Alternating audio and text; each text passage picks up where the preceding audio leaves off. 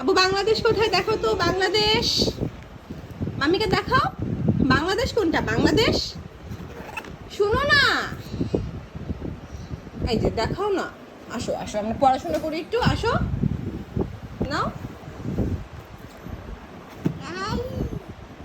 আচ্ছা বাংলাদেশ দেখাও।